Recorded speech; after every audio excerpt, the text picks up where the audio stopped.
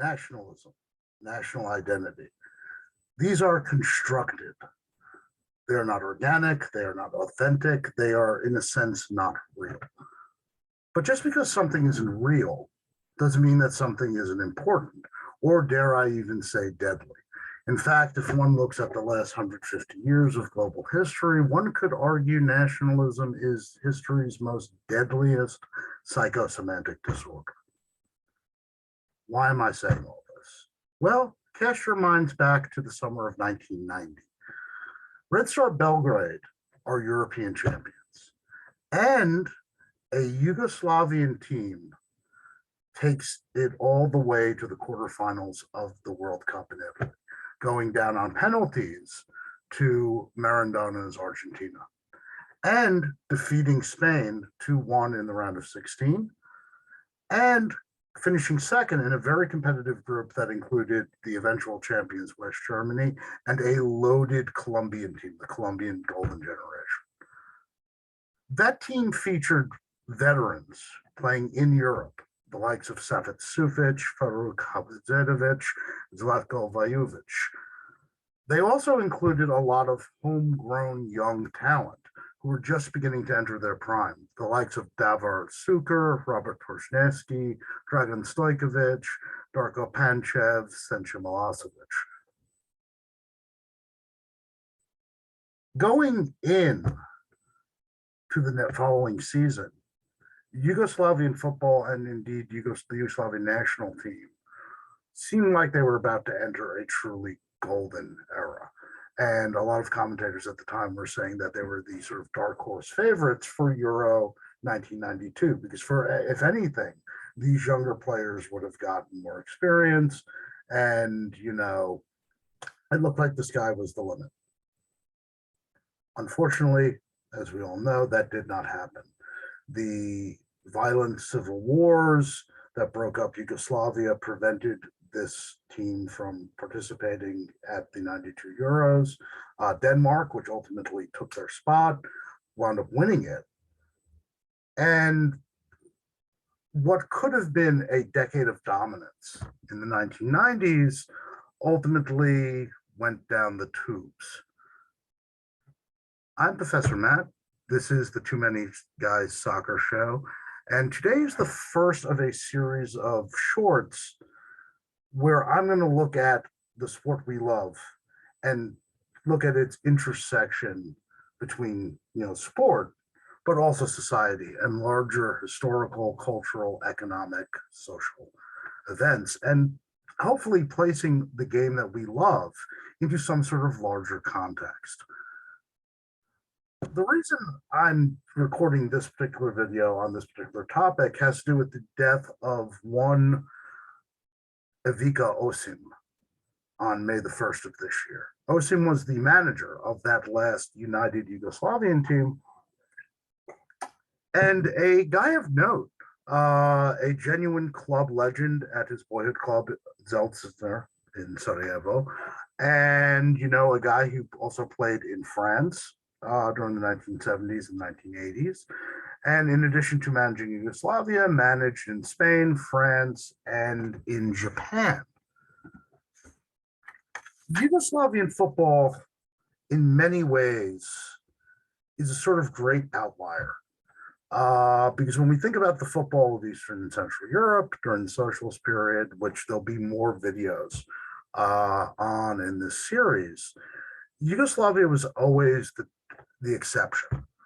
And in some very real ways, this exceptional, place of Yugoslavia helped create the conditions that created this sort of golden generation that could have been, but also too, in some ways, ultimately led to not just, the United Yugoslav League and teams destruction, but the country itself.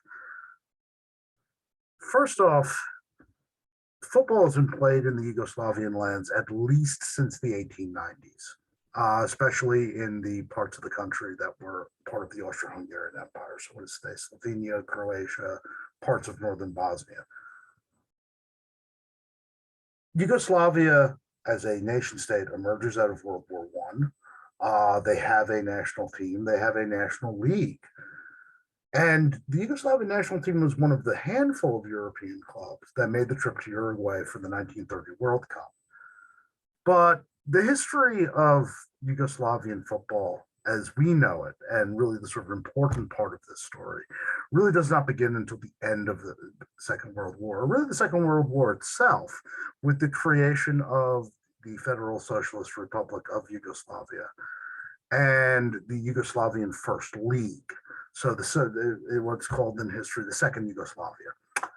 The first modern, or the first, I should say, socialist Yugoslav championship actually took place during World War II. In 1944, there was a partisan championship arranged from clubs associated with the communist-dominated Yugoslavian National Liberation Front in territories which they had liberated from the Germans or the Italians. It was an 8-team tournament, and then the following season, 1945, that was expanded to 16. Early football in socialist Yugoslavia was set up along Soviet lines. And if it wasn't for a series of events that occurred in 1948, 1949, it probably would have stayed that way. Pre-war clubs that were deemed bourgeois or nationalist were disbanded. New clubs were set up in their place. Certain clubs were totally renamed. And the clubs were state-owned and connected to specific state institutions and or industries. So you had Dynamos, so police teams. You had Spartaks. You had Locomotives. You had Partizan, which was the Yugoslavian Army's team. But then in 1948, something happens, which changes the course of Yugoslavian history and the history of Yugoslavian football. And that is the break between Belgrade and Moscow, the Tito-Stalin split. The causes for this were varied, but it can pretty much be boiled down to two basic things. Serious ideological conflicts in regards to how Yugoslavia was going to develop or, recover or set up its sort of new economy after the war. Tito and the Yugoslavian communists wanted to industrialize and take a country of peasants and enter the 20th century. The Soviets pressed for more agriculture, and Tito's rather unwavering support of the Greek communist insurgency right across the border. The break with the Soviet Union is wildly important, because as the 40s dovetail into the 50s and then into the 60s, Yugoslavia rebrands itself, going from sort of model Soviet client to a country that has one foot in the first world, because after 1948, relations between Yugoslavia and the West improved dramatically. One foot in the second world, because even though you have this break and there seems to be a threat of invasion initially, after Stalin dies and Khrushchev comes in, the Soviets and the Yugoslavs smoke a peace pipe, and they reestablish diplomatic and trade relations. Although Yugoslavia never enters the Warsaw Pact, so there's a military component. And because being painfully aware of the sort of almost semi-totalitarian binary nature of the Cold War, Yugoslavia opted to non-align itself in a way. And it had 2 feet in the first world, 1 foot in the first world, 1 foot in the second world, but 2 hands squarely in the third world, the emerging global South that comes with the era of decolonization. And Yugoslavia, along with India, Egypt, Ghana, are really the front runners in setting up this non-aligned movement, which is this space with, between the East and West. So by the 1960s, Yugoslavia is relatively open to, influences throughout the world, incredibly liberal, especially compared to its other, counterparts in the sort of socialist world. And this is going to have a major, major impact on the development of Yugoslavian football and really would sow the seeds to, the success that Yugoslavian clubs and ultimately the national team would have in the 1980s. The first is sort of economic. It's something called worker self-management. After, Yugoslavia breaks with the Soviet Union, it tries sort of Soviet command economics in the early 50s, and it doesn't really work. And to Yugoslavia's credit, it recognizes that it doesn't work, and they figure they have to do something else. And so worker self-management effectively was, you still had a command economy, a state-owned economy, and a state-managed economy. But you had certain market mechanisms and profit incentives built into that. So it's sort of like a Yugoslavian version of the Soviet new economic policy for the early 20s, if you know anything about Soviet history. And as the name suggests, worker self-management, it allowed for a lot, genuinely a lot more input from the workers or the employees in terms of decision making. So, quotas did not come down from the center. Quotas came in, they were discussed, they came back, there was sort of this negotiation. How did this impact Yugoslavian football? Well, two main things. First, unlike the rest of the socialist world, even though the clubs remained state-owned, so for example, Partizan Belgrade was still the club, the central club of the Yugoslavian army, it operated more almost like the West German or now the German 50+1 rule. The state enterprise was the one, and the other 50% was the actual fans. So supporters had genuinely a lot of say. The other thing was that Yugoslavian clubs from about the mid-50s on are at least semi-commercial, not like the West, but also not like the East itself. Clubs could make and turn a profit off of player sales, gate receipts, jersey sales, buying and selling advertising, and even TV rights, which by the 1970s, with the advent of satellite TV, is something which, comes into play. Another advantage, I guess you could say, that the Yugoslavian clubs had over their peers, let's say East Germany or Poland, was that their players, domestic-based Yugoslavian players, once they turned 25, could leave and go abroad. They could be sold by their clubs for a profit and go and play. And that's why, particularly in the 1970s and 1980s, you see so many Yugoslavian internationals, particularly in Italy, France, and Spain.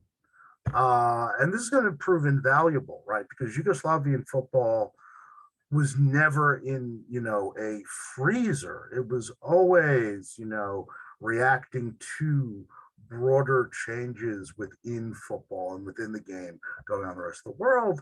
And their best footballers got to play against, some of the best players in the world, certainly the best players in Western Europe, as opposed to, the East Germans or the Soviets, where, hey, if you wanted to leave your club, you had to defect.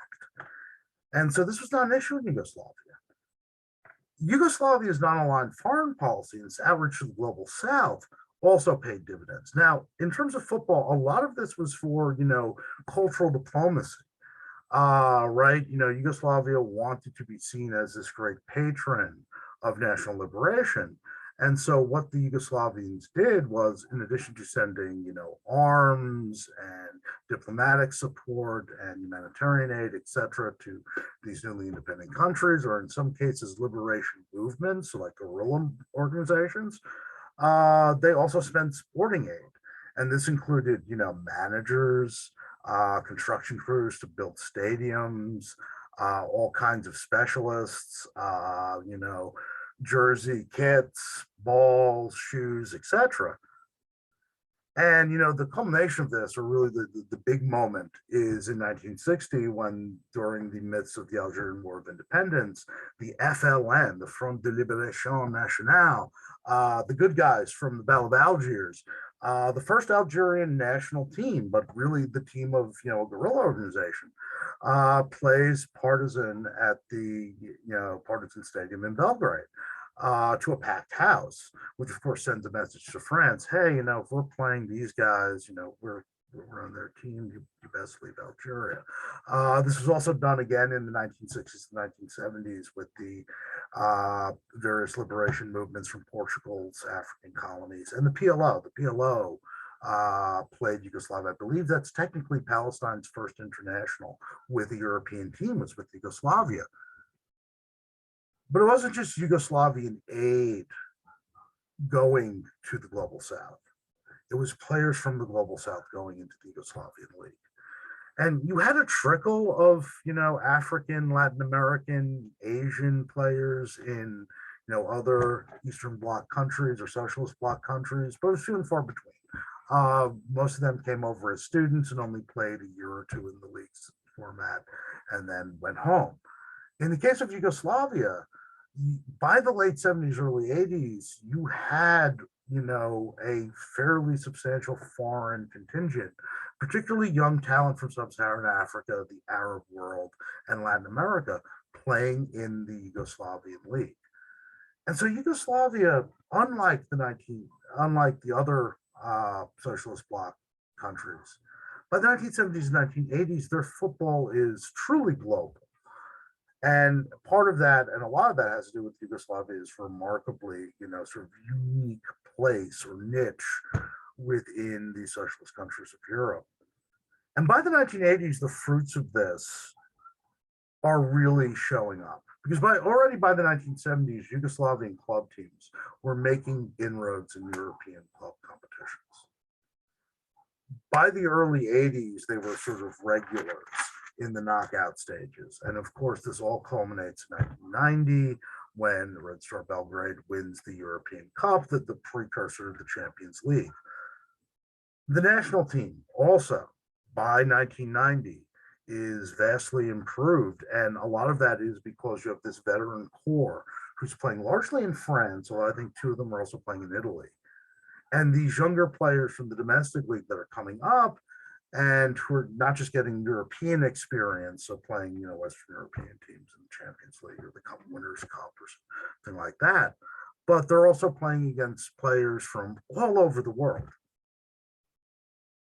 But it's just when the Yugoslavian national team and the Yugoslavian League, which after Red Star's victory, their UEFA coefficient is 5. So that's Liga 1 now. So, that's nothing to sneeze at. It's just at this time that the whole thing unravels.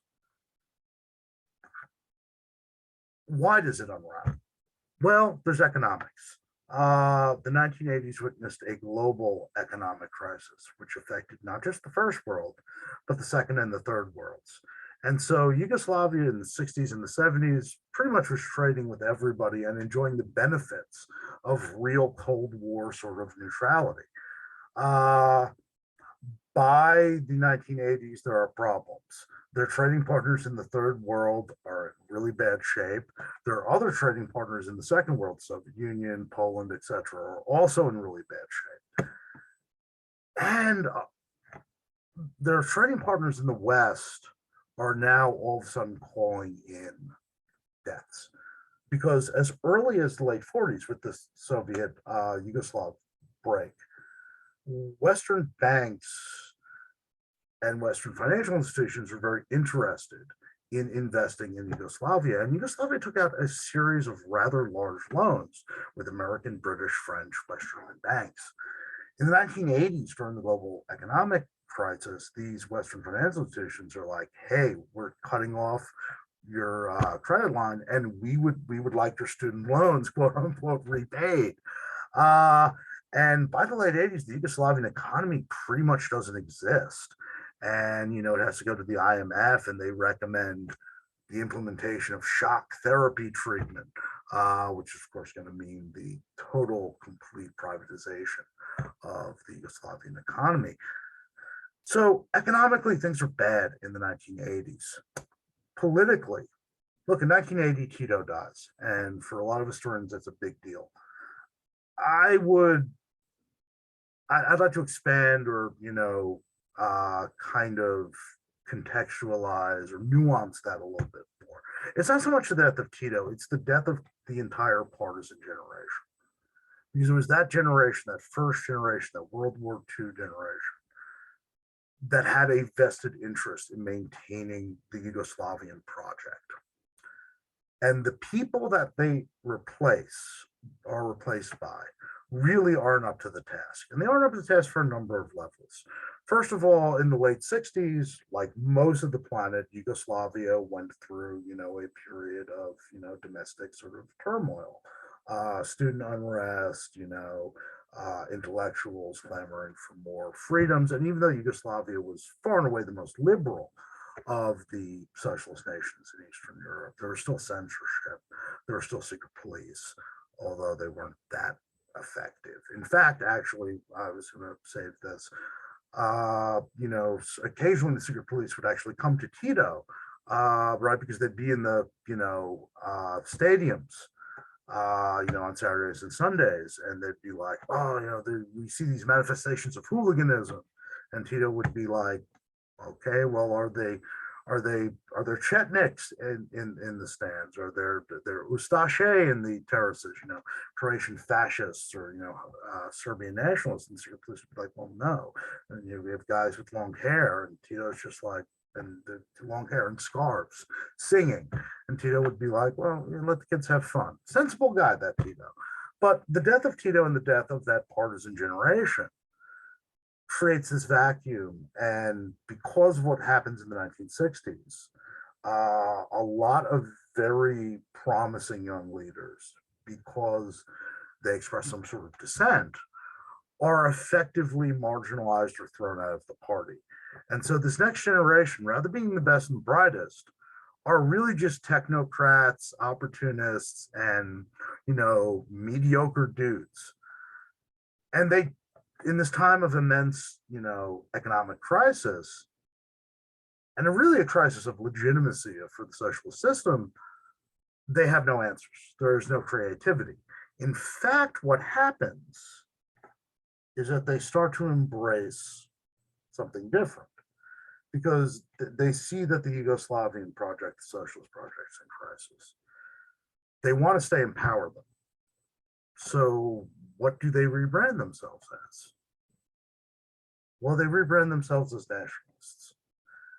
The most obvious example of this is Slobodan Milosevic of Serbia, but there are others, Franjo Tudjman in Croatia, certainly, Milan Kunda to a point in Slovenia, etc.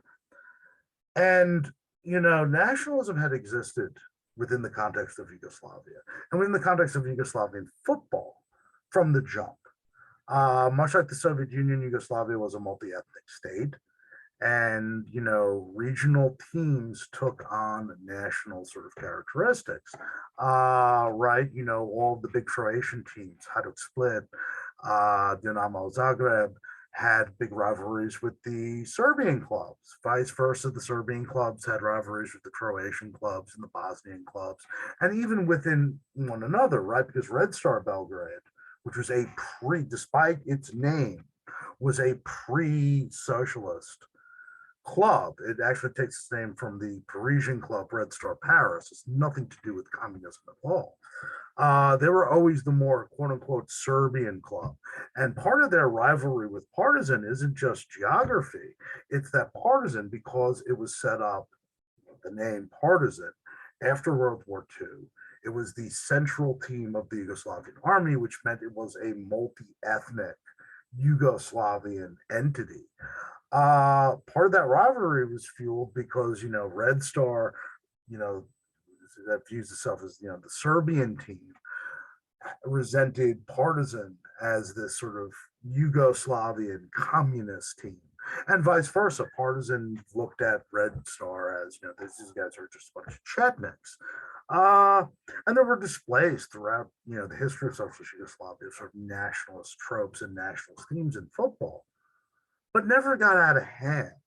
And much like in the Soviet Union, where, like, for example, Dynamo Kiev served as the unofficial national team of Ukraine, and it was this sign for Soviet Ukrainians to rally around. sort of against the center, rooting for, your local team and ethno-separatist nationalism are two very different things. But by the late 1980s in Yugoslavia, those lines were being really blurred because the politicians started talking like ethno-nationalists. And once, leaders start saying things that were once taboo are no longer taboo. Unfortunately, we know all too much about this in, the America of 2022. This nationalization of Yugoslavian politics started to creep into football. And, as I mentioned, Red Star always saw itself as the sort of Serbian team. By the late 1980s, that's taking on some really profoundly important and different strands. Red Star Belgrade's fan base, and right as like I mentioned with worker self-management in Yugoslavia, the fans and indeed the hooligan firms had a great deal of say at the clubs. Falls under the sway of a certain Željko Ratanovic. He was a Montenegrin-born gangster who, again, in the 1980s, rebrands himself as, the favorite son of Serbia. His, nickname was Arkan. And if that name rings a bell, it's because his organization, the Serbian Volunteer Guards, are the perpetrators of some of the worst war crimes during the wars in Croatia, Bosnia, and eventually Kosovo. He becomes head or the sort of chairman of the Red Star Fan Committee. And, Red Star Belgrade's fans, which again, always saw themselves as the most Serbian of Serbian clubs, you start to see in your face demonstrations and manifestations of ethno-national, greater Serbian nationalism. Vice versa, you're seeing the same thing happen in other parts of Yugoslavia, particularly Croatia. Dinamo Zagreb, their ultras called the Bad Blue Boys, beginning in 1989, start flying the checkerboard flag of Croatia, which, if you don't know your World War II history, would seem almost benign, right? Because it's an old, symbol of the medieval kingdom of Croatia. The problem was it's the exact same flag used by a genocidal Nazi collaborative regime that was set up during the war, which killed way more Serbs than Jews. In fact, the SS was like, why don't you round up Jews for us? They're like, we have a Serbian problem, boy, we'll deal with the Jews later. So you have this aggressive sort of Serbian nationalism, but you also have this sort of aggressive Croatian nationalism, both harking on pre-socialist, and in the case of the Croats, really World War II era symbology. And so these national signs and symbols, these songs, including one Croatian song that the lyrics involve nailing Serbs to trees, start to be, seen throughout terraces in Yugoslavia. And tensions are running high, and they're being fueled from above. So the state's collapsing, and, nationalism seems to be the order of the day. And so too with football. And when I teach the wars in Yugoslavia, I begin with the events of May 13th, 1990, at the Maksimir Stadium in Zagreb. It's one of the big derbies in Yugoslavia. Red Star Belgrade is in town to play Dinamo Zagreb. Both fan groups who have now been thoroughly nationalized. And it has to be said too, and I sort of neglected this when I talked about the economic meltdown, a lot of these soccer hooligans, these football hooligans will eventually become militia, war criminal people. These are young men between the ages of 16 and 30 who, before the economic meltdown, had a guaranteed job, which you couldn't get fired from, etc. And these are exactly the people that are being left out of, Yugoslavia's economic meltdown and its, embrace of neoliberal capitalism. So these guys are pissed off.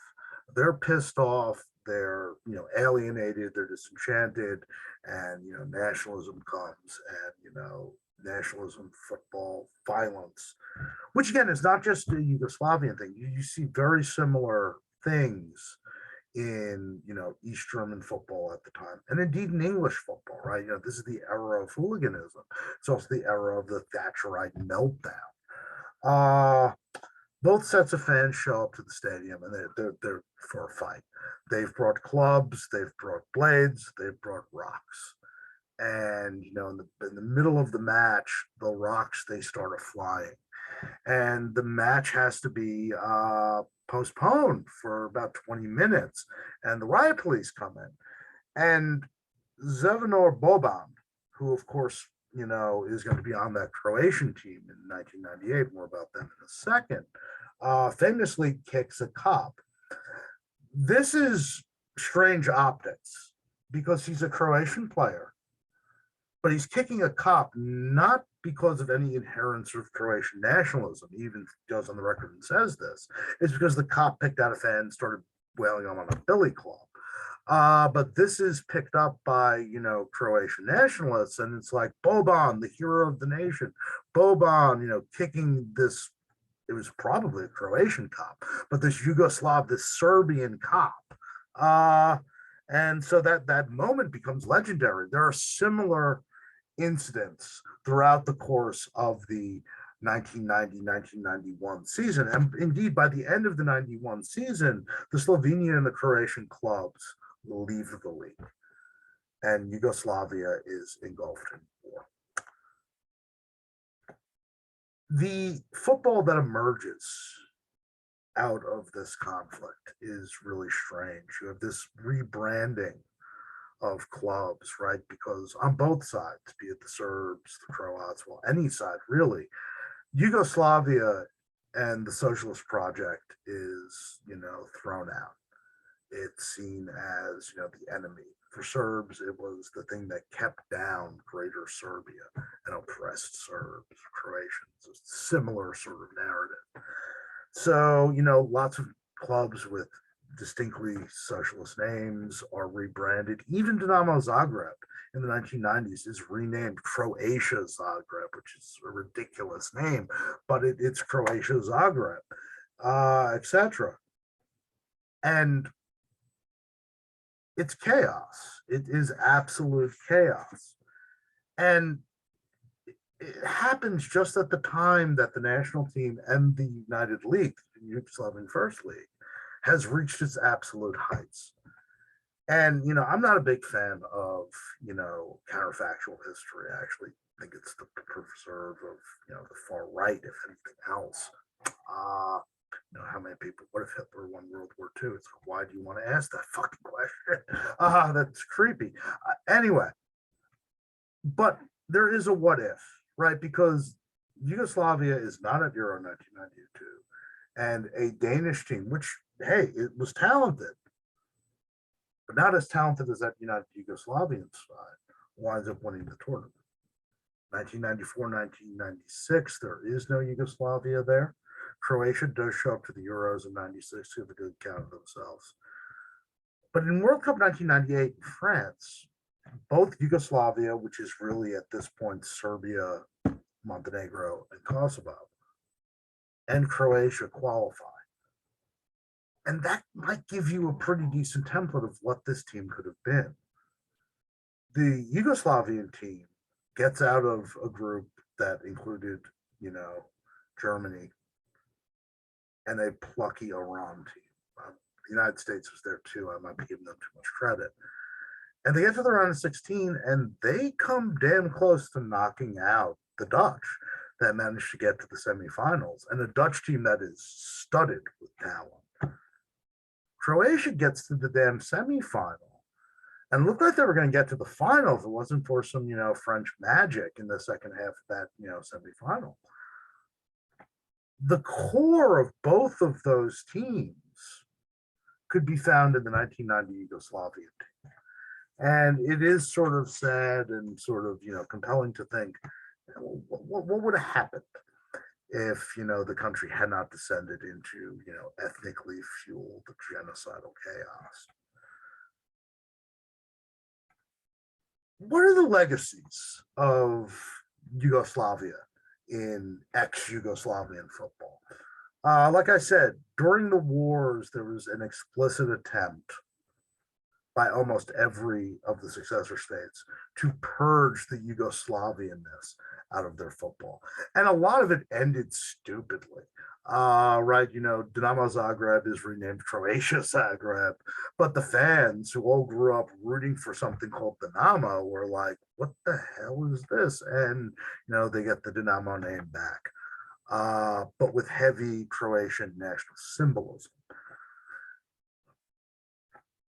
By and large, the big legacies of Yugoslavian football are no more. There have been muted attempts for the last 15 years to maybe recreate the Yugoslavia First League in some form by creating a Balkan Super League. But whenever the talks get serious, the stumbling block is the same old stuff. It's Serbian teams unwilling to allow Kosovaran teams into the tournament. It's, Macedonian teams not willing to, concede to Kosovaran teams in the tournament. It's Bosniak Bosnian teams not wanting, certain Croatian teams in. But there are some legacies. The most in your face one is a little club from Bosnia called Valis Mostar. It's a fascinating little team. And actually, they're my team in post Yugoslavian football, certainly in Bosnian football. Valis are still, in a very real way, the Yugoslavian club. They have a very interesting fan base. They have a multi-ethnic fan base. Most of the fan base, I think the slight majority is Bosniak, but there's a huge Serbian component and a fairly large Croat component as well. And they were a club, they never won the old Yugoslavian League, but they won the cup several times in the 70s. And they played cup football, European football in the 1970s as well. And that's where they picked up their song. They played Liverpool quite a bit, and they seemed to create some sort of fondness for my Reds. So from the stadium in Mostar, you can hear "You Never Walk Alone" in Serbo-Croat, which is, I've been there. It's really strange. And there's banners of Bill Shankly, but there's banners of Bill Shankly next to Joseph Broz Tito. They were the big team in Mostar in the 1970s, and one of the more successful Yugoslavian teams in the 70s. Mostar, as you probably know, is a multi-ethnic city, and it's almost 50-50 split between Croats and then Bosniaks and Serbs. During the 1990s, during the siege of Mostar, 1993 and 1994, half of the city was occupied and still technically occupied and divided. It's like Belfast, by Bosnian Croat militias. And they didn't just ethnically cleanse that portion of the city, they ethnically cleansed the soccer club and the stadium. Valis were expelled from their stadium, and a new Croatian club, Zernički, was set up in their place. Valis, they were homeless. They had to, find a new stadium on the other side of town. But their fan base, which again is largely Bosniak, but almost all the city's Serbs, support them, and a fair number of Croats too, sort of doubled down on their Yugoslavianness. And rather than adopting some sort of exclusive ethno-national identity, and again, maybe this is sort of the Liverpool connection, because we're a fan base that's into social justice and diversity, and Valis is very similar. Rebranded themselves, or doubled down, I should say, on their Yugoslavian identity. And, in a Balkans where, the football is, tribal, they're a bit of an outlier. And, right, the fans bring Yugoslavian flags. They, again, portraits of Tito. They sing Yugoslavian, not nationalist songs. So, in a very real way, Velis Mostar and their fans are a living sort of breathing sign or legacy of Yugoslavian football. But I think there's a larger legacy and a much more important one and a global one. Because remember what I said about Yugoslavia's foreign policy: 1 foot in the first world, 1 foot in the second, two hands in the third world. Yugoslavia's greatest import during the Cold War, besides partisan films, these weird World War II action films that are great. Some of them were, Western co-finance, so like Yul Brynner or Telly Savalas fucking show up. Check them out if you've never seen them. Yugos, which are those awful, Yugoslavian ripoffs, Fiats, and Karavačko, which is, Yugoslavian beer and firearms, was football managers. Yugoslavian football managers by the 1980s were operating and, managing in damn near every country in the world. And if you look at a lot of the teams in the non-aligned movement and their national teams in the 70s and the 80s, 5 times out of 10, the manager, if he's a foreigner, is a Yugoslav. This is the case in regards to the Iraqi national team that made the World Cup in the 80s, the Kuwaiti team, the Egyptian team, teams in Latin America, teams in East Asia. And one of the real legacies of Yugoslavian football is these Yugoslavian expat managers who have made a living, managing not just national teams, but club teams all over the world. Probably the most famous is Bora Milutinovic, who is, as far as I'm aware, the man who's gotten to the World Cup with the most different national teams. Mexico, the United States, Costa Rica, Nicaragua, Nigeria, and the PRC, People's Republic of China. Radomir Antovic, right? He managed in Spain with Real, Barca, Atletico. And in our own times, guys like Vladimir Valihovic, who's managed all over France, has won Ligue 1 with Lille and PSG, managed Algeria in 2014 to, the round of 16, took Germany to extra time, and, is doing a pretty good job with Morocco at the moment. And my boy Vladimir Pakovic, who, was the manager for Switzerland for eons. Yugoslavia and the Yugoslavian project, Yugoslavian football died. It died a really violent, a really bloody, a really tragic death in the 1990s. But aspects of this live on. It lives on in all of these Yugoslavian managers. It lives on in the weird sort of trapped in time, Yugo nostalgia fan base of Elise Mostar. And in some ways, too, I'd argue it also lives on in the sort of success of these respective national teams. The Croatian golden generation, the first one of the 1990s, is effectively a byproduct of the Yugoslavian footballing system, and vice versa, its continued success. And two in places like Serbia, now North Macedonia, etc. This is Professor Matt.